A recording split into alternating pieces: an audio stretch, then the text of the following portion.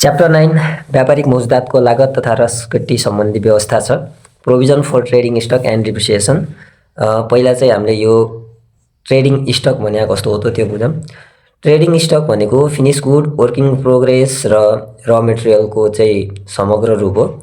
कुनै पनि व्यवसायमा बिक्री गरिने सम्पत्ति यो भनेको फिनिश गुड, कार्य प्रगतिमा रहेको सम्पत्ति यो भनेको वर्किङ प्रोग्रेस र सम्पत्तिमा समाविष्ट हुने सामग्रीहरू भनेको र मेटेरियलको मौजदातलाई व्यापारिक मौजदात भनिन्छ है। अनि अर्को कुरा के भन्दा गत आय वर्षको अन्त्यको व्यापार मौजदातको अन्तिम मूल्य कुनै आय वर्षको व्यापार मौजदातको सुरु मूल्य हुन्छ रे। ठिक छ। अघिल्लो वर्षको अन्त्यको व्यापार मौजदातको जुन क्लोजिङ भ्यालु हुन्छ त्यो चाहिँ अर्को वर्षको लागि के हुन्छ व्यापार मौजदातको ओपनिङ भ्यालु हुन्छ रे है। ल कुनै आय वर्षको अन्त्यको व्यवसायको व्यापार मौजदातको लागत वा बजार मूल्य मध्ये है जुन घटी हुन्छ सो रकम नै व्यापार मौजदातको अन्तिम मूल्य मानिन्छ। कुनै आय वर्षको अन्त्यको व्यापार मौजदातको लागत कस्ट अफ ट्रेडिङ स्टक चाहिँ कुनै आय वर्षको अन्त्यको कस्ट अफ ट्रेडिङ स्टक चाहिँ के हुन्छ रे भन्दा बजार मूल्य कस्ट अफ ट्रेडिङ स्टक वा बजार मूल्य मध्ये जुन घटी हुन्छ सो रकम नै व्यापार मौजदातको अन्तिम मूल्य हुन्छ। ल कुनै आय वर्षको व्यवसायको व्यापार मौजदातको लागत भनेको कस्ट अफ ट्रेडिङ स्टक जुन चाहिँ क्वेसनमै दिया हुन्छ वा बजार मूल्य भनेको चाहिँ क्वेसनले नै एडिसनल दिया हुन्छ है। मध्ये जुन घटी हुन्छ तिनी दुईटा मध्ये जुन कम हुन्छ सो रकम नै व्यापार मौजदातको अन्तिम मूल्य भनेको कस्ट अफ क्लोजिङ स्टक मानिन्छ रे के अन्तिम मूल्य मानिन्छ। जस्तो कस्ट अफ ट्रेडिङ स्टक हाम्रो 50,000 भयो अनि पछि गएर त्यसको मार्केट भ्यालु चाहिँ त्यो टाइममा 30,000 मात्रै छ भनेपछि हामीले क्लोजिङ स्टकमा चाहिँ हामीले 30,000 लगेर घटाउँछौँ के 50,000 को हामीले हिसाब गर्दैनौँ 30,000 राख्छौँ भन्नु खोजे। ल calculation of cost of trading stock भन्छ। कस्ट अफ ट्रेडिङ स्टक निकाल्नु पर्यो। पहिला सुरु त ओपनिङ स्टक हुन्छ हामीसित है। त्यसमा एड पर्चेज अथवा प्रोड्युस त्यो टाइममा किनेको अथवा हामीले उत्पादन गर्यौँ भने त्यो एड गर्छौँ ओपनिङ स्टकमा। लेस पर्चेज रिटर्न अब पर्चेज गर्दाखेरि फिर्ता गरेका छौँ पर्चेज फिर्ता गरेका छौँ फेरि कुनै सामानहरू भएपार यो पर्चेजबाट घटाउँछौँ अनि बाँकी आएको अमाउन्टलाई राख्छौँ। पर्चेज रिटर्न छैन भने सिधै पर्चेजलाई राखिदिन्छौँ। अनि वेजेज है क्यारिज यो ज्याला क्यारिज भनेको ल्याउँदाखेरि लागेको जुन ढुवानी खर्च हुन्छ म्यानुफ्याक्चरिङ एक्सपेन्सेस यदि उत्पादन गरेर रहेछ भने उत्पादन गर्दाखेरि लागेको खर्च है freight custom duty excise duty यिनलाई चाहिँ हामीले राख्छौँ अनि क्लोजिङ स्टकलाई घटाउँछौँ। यति गर्दा कस्ट अफ ट्रेडिङ स्टक आयो है। के गर्यौँ त ओपनिङ स्टकमा पर्चेज जोड्यौँ। अब पर्चेज रिटर्न छ भने यो चाहिँ घटायौँ अनि यिनी सबै wages carriage manufacturing expenses freight custom duty excise duty जोड्यौँ अनि त्योमा चाहिँ क्लोजिङ स्टक घटायौँ। त्यो गर्दा कस्ट अफ ट्रेडिङ स्टक आयो। ठिक छ। सजिलो छ फर्मेट त। ल रासकट्टी। अब रासकट्टी जानुभन्दा अगाडि कस्ट अफ ट्रेडिङ स्टकको एउटा पोइन्ट छ यो हेरौँ है। यदि WDV/RS 2000 भन्दा कम छ भने सबै रकम डिप्रिसिएसन हुन जान्छ। डिप्रिसिएसनकै रहेछ ल कस्ट अफ ट्रेडिङ स्टकको होइन डिप्रिसिएसनकै रहेछ। यदि WDV/RS 2000 भन्दा कम छ भने सबै रकम डिप्रिसिएसन हुन जान्छ। यो चाहिँ सम्झिनु पर्ने कुरा है। अनि when actual repair is less than 7% of depreciation base amount there is not capitalized repair। Capitalize repair चाहिँ के हुन्छ रे नील हुन्छ रे। यदि एक्चुअल रिपेयर डिप्रिसिएसन बेस अमाउन्टको 7% भन्दा कम छ भने there is no capitalize repair भन्छ। यसलाई पछि हेरौँ ल है त। ल रासकट्टी हेरौँ। रासकट्टी भने के हो त स्थिर सम्पत्तिहरू प्रयोग गर्दै जाने क्रममा समय व्यतीत घिसावट टुटफुट वा समय सापेक्ष नभएको कारणले सम्पत्तिको मूल्यमा हुने कमीलाई रास भनिन्छ है। रास चाहिँ हामीले केमा गर्छौँ स्थिर सम्पत्तिहरूमा मात्रै हुन्छ है। अनि पछि गएर यो चाहिँ के को कारणले हुने रहेछ त समय व्यतीत घिसावट टुटफुट वा समय सापेक्ष नभएको कारणले हुँदो रहेछ है। अब सङ्गठनको वास्तविक नाफा नोक्सान निर्धारण गर्नको लागि यो महत्त्वपूर्ण हुन्छ। रासकट्टी चाहिँ सङ्गठनको नाफा नोक्सान निर्धारण गर्नको लागि महत्त्वपूर्ण हुन्छ रे। अब रेट अफ डिप्रिसिएसन रासकट्टीको दर यहाँ त हामीले अब डाइरेक्ट या त डिमिनिसिङ मेथड या त स्ट्रेट लाइन मेथड भनेर हामीले पढाएको थियौँ, पहिला 2वटा मेथड पढाएको थियौँ होइन। तर त्यसरी भन्दा पनि अहिले राजकट्टी दर निकाल्ने कसरी छ भनेपछि हामीले यो ब्याचलरको थर्ड इयरको ट्याक्सेसनमा ब्लक वाइज छ कि ब्लक वाइज ब्लक चाहिँ ABCDE भनेर ब्लक डिभिजन गरेको छ, डिभाइड गरेको छ एसेट्सहरूलाई। अनि डिप्रिसिएसन रेट चाहिँ ब्लक A को लागि 5%, अनि ब्लक B को लागि 25%, ब्लक C को लागि 20%, ब्लक D को लागि 15% र ब्लक E मा चाहिँ टोटल कस्टलाई लाइफले डिभाइड गरेर स्ट्रेट लाइन मेथड टाइपको हामीले निकाल्छौँ क्या है। अनि यो सम्पत्तिहरूको विभाजन चाहिँ ब्लक A मा के पर्ने, ब्लक B मा के पर्ने, ब्लक C मा के पर्ने, ब्लक D मा के पर्ने भनेर नि थाहा पाउनु पर्यो। 5% A को, 25% B को, 10% 20% C को, 15% D को भनेर त थाहा पायौँ हामीले। अब block A, block B, block C भनेर पनि दिन सक्यो क्वेसनमा हैन। अनि पछि गएर यदि मेसिनरी ग्रुप भनेर पनि दिन सक्यो, मेसिनरी ग्रुप भनेर पनि दिन सक्यो। अनि पछि गएर सिधै कुनै एसेट्स पनि दिन सक्यो। त्यो त थाहा पाउनु पर्यो हामीले, त्यही भएर हामीले टपिक राखेका छौँ सम्पत्तिहरूको समूहगत विभाजन भनेर है। अब ब्लक A मा 5% रे, तर ब्लक A मा कस्तो सम्पत्ति पर्छ भन्दा building, structure and similar contraction of permanent nature, बिल्डिङहरू भयो, अनि पछि गएर स्ट्रक्चरहरू, अनि similar contraction of permanent nature, यता टाइपका उहरूलाई चाहिँ सम्पत्तिहरूलाई चाहिँ A ब्लकमा राखेको छ। 5% हाम्रो डिप्रिसिएसन हुन्छ। अनि B मा छ furniture, computer, data processing equipment, office equipment, यिनीहरू चाहिँ B मा है। यसमा फर्निचर फिक्सर भन्ने पनि हुनसक्छ है, फिक्सर छुट्याएको छ, furniture, fixer, computer, data processing equipment र अफिस इक्विपमेन्ट, ठिक छ ल। अनि C मा चाहिँ भेहिकल भन्ने छ, भेहिकलहरू आयो बस, मिनी बस होइन, ट्रली बस, ट्रलीहरू भन्यो भने 20% C मा। अनि D मा production equipment, PCC capitalise, R&D cost capitalise, अनि रिपेयर मेसिनरी है, यिनी आयो भने D मा। सिधै मेसिनरी ग्रुप भनिदिन सक्छ।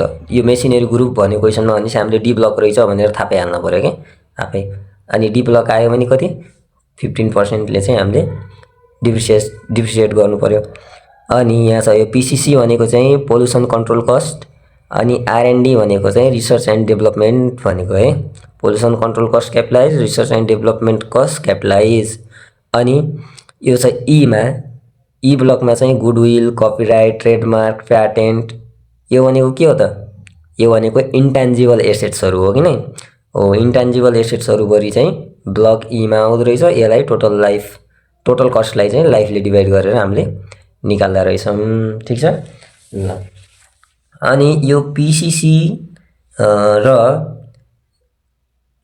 R&D नै रिपेयर, PCC र रिपेयरको केसमा चाहिँ के छ भन्दा PCC हामीले क्यालकुलेट चाहिँ वर्किङ नोट बनाएर गर्छौँ। PCC डाइरेक्ट सिधै क्वेसनमा जे दिएको छ त्यो अनुसारले राखेर हुँदैन होइन।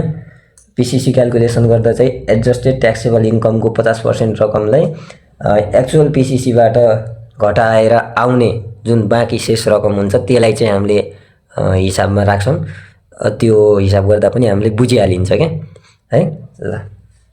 अब यति जानिसकेपछि चाहिँ बल्ल हामीले यिनी पोइन्टहरू हेर्न सक्छौँ ल। यदि WDV RS 2000 भन्दा कम छ भने सबै रकम डिप्रिसिएसन हुन जान्छ। यो WDV भनेको रिटर्न डाउन भ्यालु होइन। यो चाहिँ 2000 भन्दा कम आयो भनेपछि चाहिँ यो सबै के हुन्छ त डिप्रिसिएसन हुन जान्छ। When actual repair is less than 7% of depreciation base amount, there is not capitalized repair है, क्यापिटलाइज रिपेयर चाहिँ निल हुन्छ अरे। अनि पछि गएर डिप्रिसिएसन बेस अमाउन्टको 7% अमाउन्टलाई एक्चुअल रिपेयर जुन चाहिँ क्वेसनमा दिएको हुन्छ, गिभन इन क्वेसन भनेको छ नि, डिप्रिसिएसन बेस अमाउन्टको 7% अमाउन्टलाई एक्चुअल रिपेयर कस्टबाट घटाइ आउने रकमलाई क्यापिटलाइज रिपेयरको रूपमा नेक्स्ट इयर WDV क्यालकुलेसन गर्दा राख्ने है। नेक्स्ट इयर WDV क्यालकुलेसन गर्दाखेरि के गर्ने रे, यहाँनिर छ हाम्रो नेक्स्ट इयर WDV भनेर, calculation of opening WDV for next year. पहिला चाहिँ हामीले calculation of depreciation base amount and allowable depreciation भनेर डिप्रिसिएसन बेस अमाउन्ट र अलाउएबल डिप्रिसिएसन निकाल्छौँ हैन। त्यसपछि नेक्स्ट इयर डब्ल्युडिबी क्याल्कुलेट गर्ने बेला चाहिँ के गर्छौँ रे भन्दाखेरि जुन डिप्रिसिएसन बेस अमाउन्ट हामीले निकालेका छौँ यहाँनिर डिप्रिसिएसन बेस अमाउन्ट भनेर आएको छ नि, हो यही डिप्रिसिएसन बेस अमाउन्टको चाहिँ के गर्ने 7% अमाउन्ट 7% निकाल्ने त्यसैको र एक्चुअल क्वेसनमा जुन दिया हुन्छ त्यो एक्चुअल दिएकोबाट त्यही डिप्रिसिएसन बेस अमाउन्टको 7% घटाउँदा आउने रकमलाई चाहिँ क्यापिटलाइज रिपेयर भनेर हामीले के गर्छौँ नेक्स्ट इयर डब्ल्युडिबी क्यापिटलाइज रिपेयर यहाँनिर हामीले राखेका छौँ नि टपिक क्यापिटलाइज रिपेयर भनेर राख्छौँ। अनि अर्को छ पीसीसी क्याल्कुलेसन गर्दा एडजस्टेड ट्याक्सेबल इन्कमको 50% रकमलाई एक्चुअल अथवा क्वेसनमा दिएको पीसीसी कस्टबाट घटाउँदा आउने रकम राख्ने। ठीक छ, पीसीसी भनेर त्यहाँ दियो भने क्वेसनमा है त्यो चाहिँ एडजस्टेड ट्याक्सेबल इन्कम निक्लिया हुन्छ, त्यसको 50% रकम निकाल्ने अनि त्यसलाई चाहिँ क्वेसनमा जति रकम दिएको छ पीसीसी कस्ट भनेर त्योबाट घटाउने, त्यो रकमबाट घटाउँदा जुन बाँकी हुन्छ त्यसलाई मात्रै पीसीसी क्यापिटलाइज पीसीसी भनेर राख्छौँ हामीले। ल यदि क्वेसनमा इन्डिभिजुअल नभनेर एन्टिटी अथवा स्पेसल इन्डस्ट्री भनेको छ भने क्वेसनमा चाहिँ इन्डिभिजुअल भनेको छैन, के भनेको छ त एन्टिटी अथवा स्पेसल इन्डस्ट्री भनेको छ भने अलाउएबल डिप्रिसिएसन निकालिसकेपछि है त्यसैको 1/3 अमाउन्टलाई एडिसनल अलाउएबल डिप्रिसिएसन भनेर एड गर्नुपर्दछ। अब क्वेसनमा इन्डिभिजुअल भनेको छ अथवा एन्टिटी स्पेसल इन्डस्ट्री केही पनि भनेको छैन क्वेसनमा भनेपछि चाहिँ हामीले सिधै इन्डिभिजुअल मानेर गरेका छौँ भने अलाउएबल डिप्रिसिएसन निकाल्छौँ एकपटक, त्यसपछि अरू हेर्न परेन यो सम्बन्धी है। होइन इन्डिभिजुअल भनेको छैन, एन्टिटी अथवा स्पेसल इन्डस्ट्री केही भनेको छ क्वेसनमा एन्टिटी मात्र युज गर्न सक्यो स्पेसल इन्डस्ट्री पनि भन्न सक्यो होइन भने चाहिँ अलाउएबल डिप्रिसिएसन निकाल्छौँ पहिला, त्यसपछि यही अलाउएबल डिप्रिसिएसनको 1/3 अमाउन्ट चाहिँ के गर्छौँ हामीले त्यसैको मुनिपट्टि एडिसनल अलाउएबल डिप्रिसिएसन भनेर चाहिँ हामीले एड गर्छौँ के। यो चाहिँ एन्टिटी अथवा स्पेसल इन्डस्ट्रीको लागि यो एक्स्ट्रा पोइन्ट हो कि, यो चाहिँ एक्स्ट्रा हो है। ल अब यति जानिसकेपछि हामीले डिप्रिसिएसन बेस अमाउन्ट र अलाउएबल डिप्रिसिएसन निकाल्न हेरौँ है। Particular amount opening depreciation base amount यो चाहिँ क्वेसनमै दिया हुन्छ अथवा ओपनिङ डब्ल्युडिबी भनेर पनि दिया हुन सक्छ है। डिप्रिसिएसन बेस अमाउन्ट पनि भन्न सक्छ, ओपनिङ डब्ल्युडिबी पनि भन्न सक्छ। यसमा चाहिँ हामीले एडिसन पर्चेज भनेर राखौँ, पर्चेज ड्युरिङ द इयर पनि लेख्न सक्छौँ हामीले होइन, पर्चेज अथवा प्रोड्युस ड्युरिङ द इयर पनि लेख्न सक्छौँ, पर्चेज नभनेर प्रोड्युस पनि भन्न सक्यो होला होइन। श्राउन फर्स्ट टु पौष इन्ड है, पर्चेज चाहिँ हामीले टाइम वाइज राख्ने। टाइम वाइज कस्तो राख्ने भनेपछि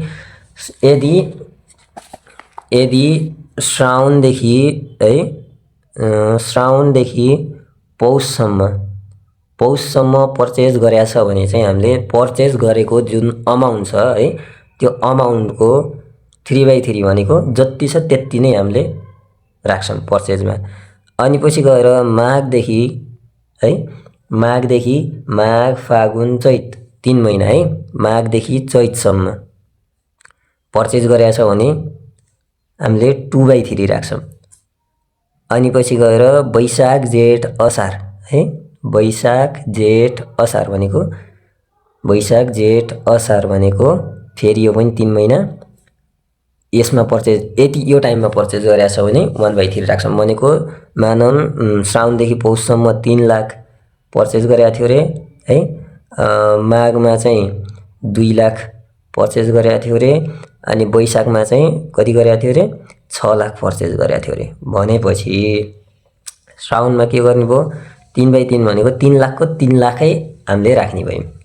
अनि माघमा चाहिँ 2/3 2 लाखको 2 लाखलाई चाहिँ 3 भागमा नियो, तर 2 भाग चाहिँ हामीले राख्न सक्यौँ कि 2 लाखको 2/3 भने कति हुन्छ 2 लाखको 2/3 1,33,333 1,33,333 33,333 यो चाहिँ राख्न पाइयो। अनि वैशाखदेखि असारसम्म पर्चेज गरेको छ भने 1/3 6 लाखको 1/3 है, 6 लाखको 1/3 2 लाख चाहिँ हामीले राख्न पायौँ, 2 लाख चाहिँ राख्न पायौँ। यसरी श्रावण फर्स्ट टु पौष इन्डमा पर्चेज गरेको छ भने 3/3, जम्मै राख्ने। माघ 1 टु चैत्र एन्डमा पर्चेज गरेका छौँ भने 2/3 अनि पछि वैशाख 1 टु असार एन्डमा पर्चेज गरेका छौँ भने 1/3 चाहिँ हामीले राख्छौँ अमाउन्ट है। ल क्यापिटलाइज यसमा चाहिँ एड भनेर capitalize value of repair and maintenance of previous year अघिल्लो वर्षको क्यापिटलाइज भ्यालु छ रिपेयर एन्ड मेन्टेनेन्सको पनि हामीले यहाँ एड गर्छौँ। अनि capitalize value of PCC and R and D cost of previous year अघिल्लो वर्षकै क्यापिटलाइज भ्यालु पिसिसी र आरएनडी कस्टको छ भने यो पनि हामीले एड गर्छौँ।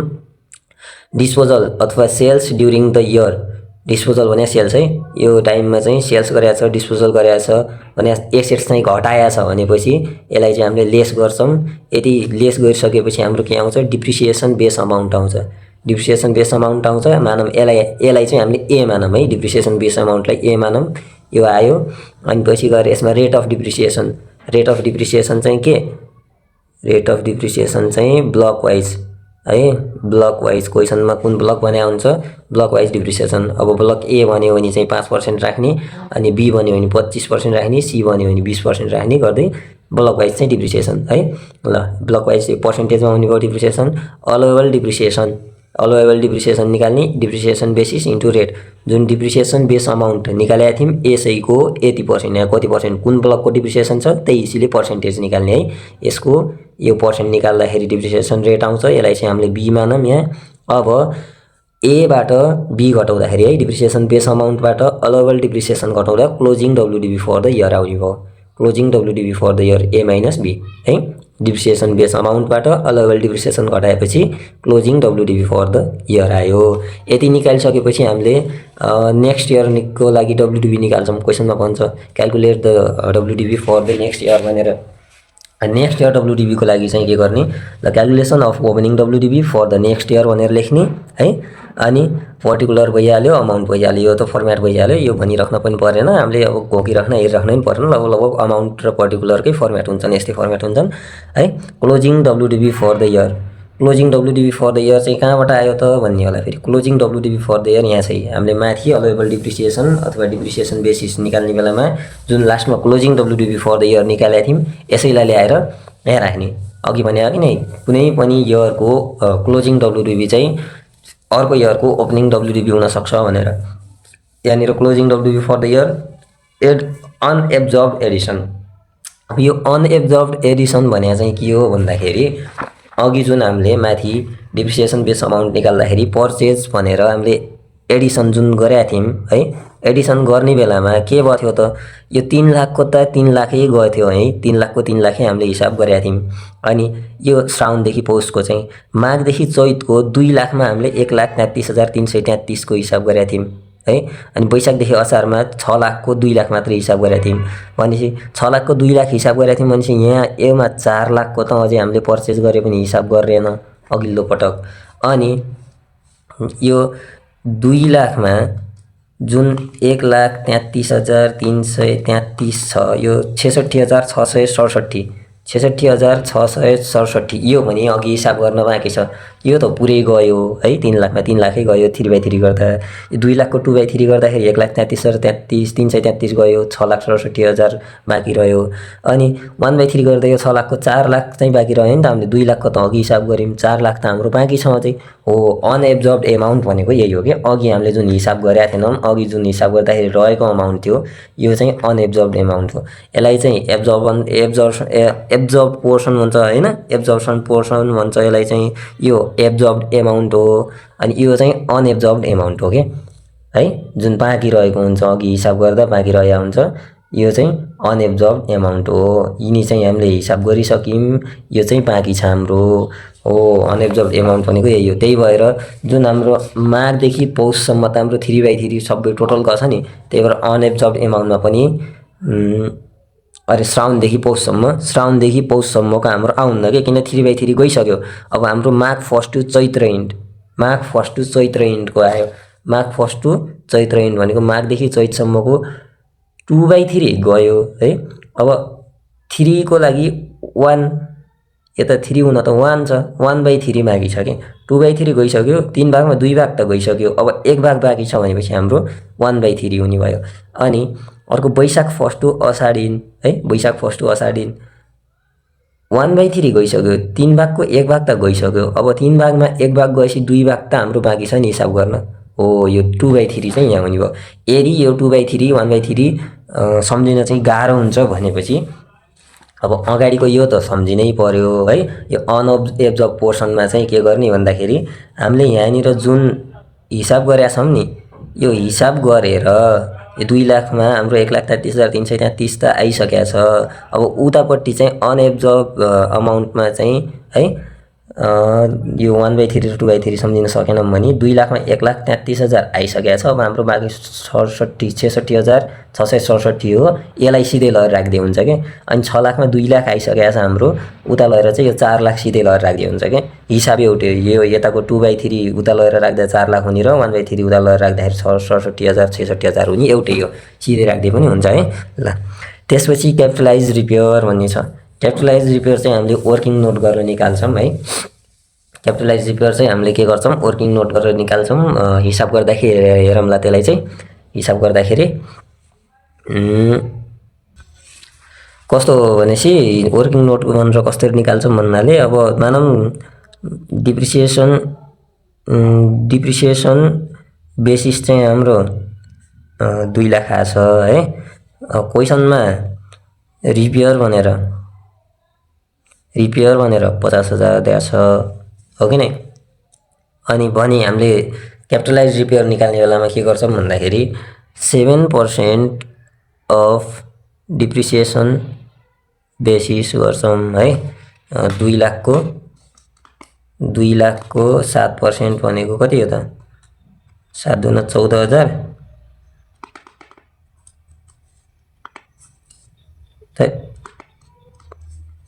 14,000 है 14,000। अब एक्चुअलमा क्वेसनमा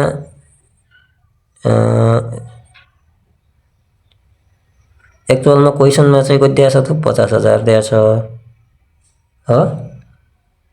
ल डिप्रिसिएसन बेसिस यति छ, रिपेयर 50,000 छ अनि डिप्रिसिएसन बेसिसको 7% भनेको 14,000 हुन्छ। एक्चुअलमा हामीले 50,000 मानेका छौँ भने के गर्छौँ भन्दाखेरि एक्चुअल